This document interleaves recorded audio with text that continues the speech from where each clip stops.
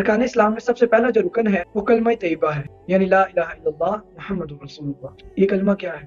اس کلمے کی فضیلت کے بارے میں اگر بات کریں تو نبی صلی اللہ علیہ وسلم کی ایک صحیح حدیث ہے جسے بخاری اور مسلم دونوں میں بیان کیا گیا ہے کہ لا الہ الا اللہ جو ہے یہ سب سے افضل ذکر ہے، یعنی لا الہ الا اللہ کا اقرار کرنا ایمان کا بہترین جز ہے، ایمان کی بہترین شاخ ہے۔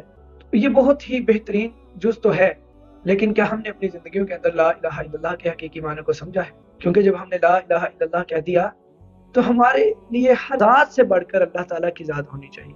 ہم مانگے اللہ سے مانگے، ہم التجائیں کریں اللہ سے کریں، ہم دعا مانگے اللہ سے مانگے، ہم اولادیں مانگے اللہ سے مانگے۔ اور اس کے بعد دوسرا جو سٹیپ ہے وہ ہے محمد رسول اللہ، یعنی جب ہم یہ کلمہ ادا کرتے ہیں محمد رسول اللہ، ہم اس بات کی شہادت دے رہے ہیں، گواہی دے رہے ہیں کہ محمد صلی اللہ علیہ وسلم اللہ کے رسول ہیں۔ تو جب ہم یہ کلمہ ادا کرتے ہیں تو ہم پر فرض ہو جاتا ہے کہ ہم رسول اللہ کی اتباع کریں، ان کی فرما برداری